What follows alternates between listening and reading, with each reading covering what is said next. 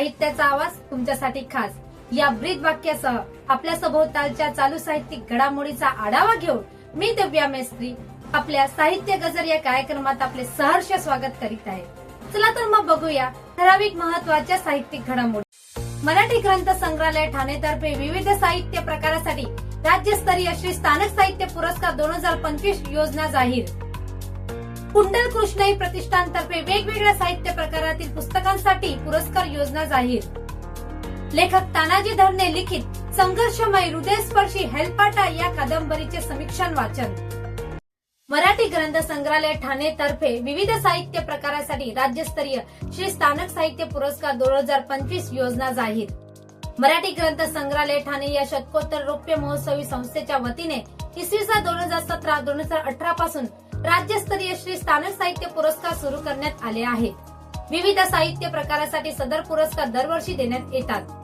त्यानुसार या वर्षासाठी चरित्र, आत्मचरित्र, कादंबरी, कथा, कविता, विनोद, अनुवाद, प्रवास, बालसाहित्य, इतिहास, विज्ञान, पर्यावरण, समीक्षा संशोधन, नाटक आणि निबंध संकीर्ण यादी प्रकारातील 1 जानेवारी 2025 ते 31 डिसेंबर 2025 या कालावधीत प्रकाशित झालेले साहित्य प्रत्येकी 2 प्रतीमध्ये लेखक किंवा प्रकाशकांकडून त्यांच्या स्वतंत्र पत्ता तसेच संपर्क क्रमांकासह मागवण्यात येत आहे। पुरस्काराचे स्वरूप 5,000 रोख आणि सन्मानपत्र असून सदर साहित्य 28 फेब्रुवारी 2026 पर्यंत पाठवण्याचे आवाहन करण्यात आले आहे। पुरस्कारार्थीची निवड लेखक व प्रकाशक यांना पत्र व दूरध्वनी मार्फत कळवण्यात येणार असून सदर निवड निकाल वृत्तपत्रातूनही प्रसिद्ध करण्यात येईल। परीक्षकांचा निर्णय अंतिम राहील। तसे निवड न झाल्यास पाठवलेले साहित्य परत पाठवण्यात येणार नाही असे संस्थेतर्फे कळवण्यात आले आहे। संपर्कासाठी भ्रमणध्वनी क्रमांक 9768257575 असा आहे। कुंडल कृष्णाई प्रतिष्ठानतर्फे वेगवेगळ्या साहित्य प्रकारातील पुस्तकांसाठी पुरस्कार योजना जाहीर। सातारा नगरीतील कुंडल कृष्णाई प्रतिष्ठानतर्फे साहित्यातील कथा, कविता संग्रह, कादंबरी, बाल साहित्य प्रकारातील 1 जानेवारी 2025 ते 31 डिसेंबर 2025 दरम्यान प्रकाशित साहित्य पुस्तके फक्त एका प्रतीत पाठवण्याचे आवाहन करण्यात आले आहे। साहित्य पाठवण्याची अंतिम तारीख 1 मार्च 2026 असून त्यानंतर आलेल्या प्रस्तावांचा विचार केला जाणार नाही। परीक्षकांचा निर्णय अंतिम राहील। तसेच पुरस्कारासाठी पाठवलेले साहित्य निवड न झाल्यास परत पाठवण्यात येणार नाही याची नोंद घ्यावी आणि सर्व निवड झालेल्या साहित्यिकांना पुरस्कार पोस्टाने पाठवले जातील असे प्रतिष्ठानतर्फे कळवण्यात आले आहे। स्पर्धेचा निकाल मे-जून पर्यंत जाहीर होईल। प्रस्तावासाठी साहित्य श्री हनुमंतराव पुंडलिकराव जगताळे, निवृत्त पोलीस अधीक्षक, 100 कुपर कॉलनी, सदर बाजार, सातारा 415-001 या पत्त्यावर पाठवावे। तसेच संपर्कासाठी भ्रमणध्वनी 9765988993 चा वापर करावा असे आवाहन करण्यात आले आहे। लेखक तानाजी धरणे लिखित संघर्षमय हृदयस्पर्शी हेलपाटा या कादंबरीचे समीक्षण वाचन करणार आहोत। ऐकूया हेलपाटा एक प्रेरणादायी प्रवास। 70-80च्या दशकात जन्मलेल्या ग्रामीण भागातील बहुतांश पिढीने कमालीचे दारिद्र्य आणि अभावग्रस्तता अनुभवलेली आहे। परिस्थितीचे बेसुमार चटके सोसलेले आहे। त्यात त्यांचं निरागस लाडाकोडाचं बालपण कष्ट आणि दुःखात करपून गेलं आहे।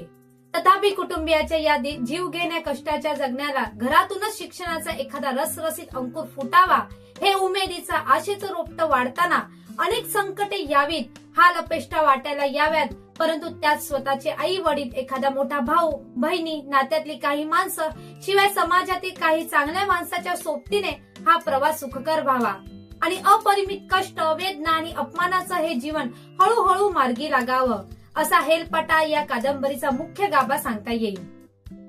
मुक्काम पोस्ट आंबळे, आनोसेवाडी, तालुका शिरूर, जिल्हा पुणे येथे श्री तानाजी धरणे या कधी काळी परिस्थितीने गांजलेल्या मुलाचं भावविश्व यात आपल्याला वाचायला मिळतं।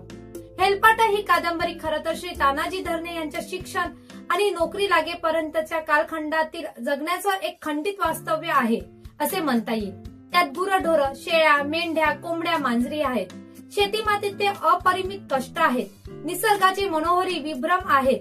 कुटुंबातील लग्न कार्य, जन्म मृत्यू आहेत।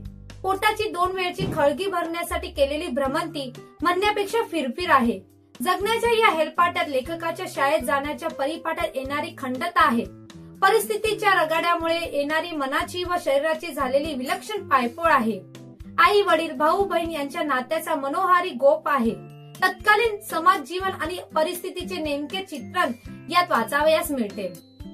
शेतीकामात एक सालगडी असलेले आपले निरक्षर वडील आणि मोलमजुरी करणारी आई यांच्या अनुषंगाने ही कादंबरी सुरू होते.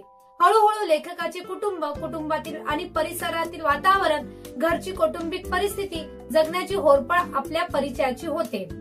आई वडील भाऊ यांचं दुसऱ्यांच्या, कधी स्वतःच्या शेतात राबणं, पुढे आणखी राहू येथील माधवनगराच्या वाण्याच्या गुऱ्हाळावरचे दिवस यात फार सविस्तरपणे वाचावयास मिळतात. गुऱ्हाळावरचे ते दिवस वाचताना तो सर्व काळ आणि तेथील वातावरण लेखकाने आपल्या संवेदनशील लेखणीने कमालीचं जिवंत आणि रसरशीतपणे उभं केलेलं आहे. या दरम्यान लेखकाच्या बहिणीचे लग्न होताना त्यावेळी आलेल्या अडचणी, त्यावर मात करण्यासाठी विकलेले बैल किंवा खोंड, प्रसंगी कोंबड्या विकणे, हात उसने कर्ज काढणं, नातेवाईकांच्या खोडीनाडी, समाजातील चालीरीती, दुष्काळ, नापिकी यामुळे आपल्या स्वतःचा उघड्यावरचा आलेला संसार इथपासून ते पुढे स्वतःचा हक्काचं घर स्वतः बांधून घेण्यापर्यंतचा संघर्ष यात बारकाईने वाचावयास मिळतो. शेतीकामातील काही अनुभव या पुस्तकाला एक वेगळीच उंची देतात. आपण एखादी सुंदर ग्रामीण कादंबरीच वाचत आहे असा अनुभव या दरम्यान आल्याशिवाय राहत नाही. या सर्वांमध्ये स्वतः लेखक म्हणजे कादंबरीचा नायक तानाजी यास आपल्याला प्राथमिक शाळेची सुरुवातीला वाटलेली भीती, दडपण यापासून ते पुढे शाळेची गोडी लागणं, काही महत्वाच्या परीक्षेत वर्गात पहिलं येणं किंवा शाळेच्या खर्चाची नड भागवण्यासाठी कधी सुट्टीत तर कधी शाळेला दांडी मारून मुंबईला बहिणीकडे जाऊन डोक्यावर पाटी घेऊन उंचाच उंच इमारतीत दारोदारी भाजीपाला, फळं किंवा काही बाही वस्तू विकून पैसे कमवून पुन्हा आपली शाळा सुरू ठेवणे हा भाग मुळातून वाचण्यासारखा किंवा समजून घेण्यासारखा झालेला आहे. आपल्या कुटुंबाचा फाटलेला संसार जोडण्याची कसरत करताना लेखक कमालीचा ताकदीने उभा राहतो, संघर्ष करतो. परिस्थिती उन्मत्तपणे साधणं किंवा आपली माणसं जोडण्याची दुर्दम्य इच्छाशक्ती लेखकाच्या ठायी दिसून येते. ती फार महत्वाची अशी बाब आहे. दरम्यान या कामी कुटुंबियाचे प्रामाणिक प्रयत्न, त्यांच्या ठायी असलेलं चांगुलपण, विशेषतः लेखकाची आजी लक्ष्मीबाई ही तिच्या लोककथा सांगण्यातून वाचकांच्या लक्षात राहावी. तशीच लेखकाची एक हळव्या स्वभावाची बहीण विमलक्का, कुसुम, मंगलताई यांच्या छोट्या मोठ्या भावविभोर आठवणीमुळे ही कादंबरी वाचकांच्या मनाला ठाव घेते, काळजात रुतून बसते. या सर्व परिस्थितीतही लेखकाची शाळा सुरू राहते. त्यासाठी कुटुंबियाचे भरभक्कम साथ, वडिलांची सोशिकता, आईचा मायाळू परंतु धोरणी स्वभाव, भावाचे निमूट कष्ट, प्राथमिक शाळेपासून ते महाविद्यालयीन जीवनापर्यंत उत्तम शिक्षक व मित्र लाभणं, त्यांचे योग्य मार्गदर्शन व सहकार्य, याशिवाय स्वतः लेखकाची मेहनत, चिकाटी, अभ्यास, पशुपक्ष्याविषयी दाखवलेला आदरभाव, विशेषतः खिल्लारी गायीविषयी दाखवलेली कृतज्ञता यामुळे एकूणच कष्टमय संघर्षमय जीवन प्रवास ही कादंबरी लेखकाच्या माणूसपणाची ही साक्ष देते. हेलपाटा या कादंबरीला एक वेगळा आयाम प्राप्त करून देते. शेवटी काही मोजके अपवाद वगळले तर लेखकाचे या कादंबरीतील जवळपास सर्वच अनुभव हे संघर्षमय आणि वेदनादायी खरेच. परंतु या धगधगीत वास्तव्यात लेखकाची सुरू असलेली शाळा, महाविद्यालयातील शिक्षण आणि त्याच कुटुंबीय काही चांगल्या माणसाची साथ यामुळे ही संघर्ष गाथा शेवटी एका सुंदर यथोगाथेत परावर्तित होते. हे या कादंबरीचे यश सांगता येईल. हा सर्व एकूणच कालखंड हेलपाटा या कादंबरीने अतिशय प्रभावीपणे, संयतपणे आणि ओघवत्या शैलीत चित्रित केलेला आहे. कादंबरीत एकच ध्येय निश्चित करून ही कादंबरी पुढे सरकत राहते. त्यामुळे उपकथानक यात येत नाही. आवश्यक तितकाच मजकूर यात येतो. कुठेही ही कादंबरी रटाळ होत नाही किंवा रेंगाळत नाही. अपेक्षित आणि परिपूर्ततेचा परिणाम साधताना दिसते. कादंबरी प्रथम पुरुषी एकवचनी कथन शैलीतील असली तरीही आई वडील, बहीण भाऊ, आजी, मामा या नात्यासोबतचे आपापसातील किंवा लेखकाशी काही महत्वाचे संवाद यात आले असते तर ही कादंबरी अधिक परिणामकारक झाली असती. याशिवाय अण्णा ही लेखकाच्या मोठ्या भावाची व्यक्तिरेखा या कादंबरीत फार संवाद न साधताही फार प्रभावी अशी झालेली आहे. या कादंबरीत ही व्यक्तिरेखा अतिशय निमूट व सोशिकपणे वावरते. राम लक्ष्मणाच्या नात्याने लेखकाचे वडील बंधू असूनही लक्ष्मणासारखी खंबीर साथ ते लेखकाला देतात. नात्याची एक घट्ट वीण या कादंबरीत अनेक ठिकाणी वाचायला मिळते. जीवनाचे सूक्ष्मदर्शी चित्रण या कादंबरीत आलेले आहे.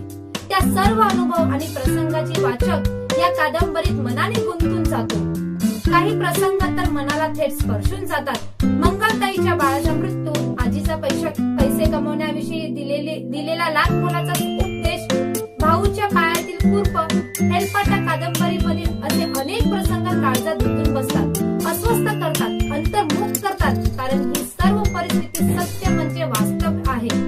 हेलपाटा कादंबरी वाचून समाजातील अनेक अपेक्षित वंचित मुले भविष्यात उभे राहावेत असे हृदय प्रेरणादायी अनुभव या जागोजागी वाचावयास मिळतात. या कादंबरीत कमालीचा साधेपणा व सोपेपणा आहे, परंतु त्यात प्रामाणिकता आणि अस्सल अनुभव यात आहेत.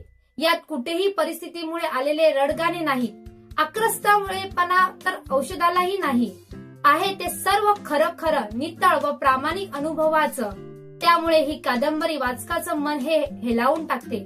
कादंबरीच्या शेवटी लेखकाला नोकरीचा आदेश प्राप्त होतो आणि लेखक नोकरीच्या गावी रुजू होण्यासाठी प्रस्थान ठेवतो.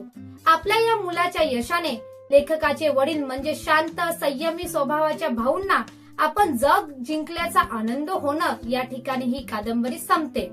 कादंबरीचा साचा वापरून लेखकाला आपल्याच मनातील महत्वाचे काही सांगायचे आहे. जसे की यशाला पर्याय नसतो. उत्तम यश ही कोणत्या एका वर्गाची मक्तेदारी नाहीच मुळी. आपण विपरीत परिस्थितीतही संघर्ष करून मेहनत करून अपेक्षित यश मिळवू शकतो. आयुष्य कधीच थांबत नाही, भलेही त्यात कितीही हेलपाटे घालवण्याची वेळ येऊ देत. हेलपाटा घालणं ही एक आपत्ती न समजता इष्टपत्ती समजून यापुढेही अनेक मुलं प्रेरणा घेऊन उभे राहतील असा आशावाद ही कादंबरी पेरते. म्हणून हेलपाटा कादंबरी फार महत्वाची आहे. लेखक श्री तानाजी धरणे यांनी नव्या उमेदीने सकारात्मक प्रेरणादायी लेखन करत राहावं अशा शुभकामना व्यक्त करतो. एक उत्तम सकस कादंबरी वाचल्याचा अभिप्राय येथे नोंदवून ठेवतो. जीव घेण्या वास्तव्याला सामोरी जाताना अशी कादंबरी युवा व होतकरू पिढीने आवर्जून वाचावी, त्यावर चिंतन मनन करावे हा ध्यास घेतलेला लेखक श्री तानाजी धरणे यांच्या आगामी लेखन कार्यास मनपूर्वक शुभेच्छा देतो. 70 रसिक हो, या होत्या साप्ताहिक चालू साहित्यिक घडामोडी. चला तर मग भेटूया अशाच चालू साहित्यिक घडामोडीचा आढावा घेऊन पुढच्या कार्यक्रमात. तोपर्यंत लिहिते वा, बदल घडवा.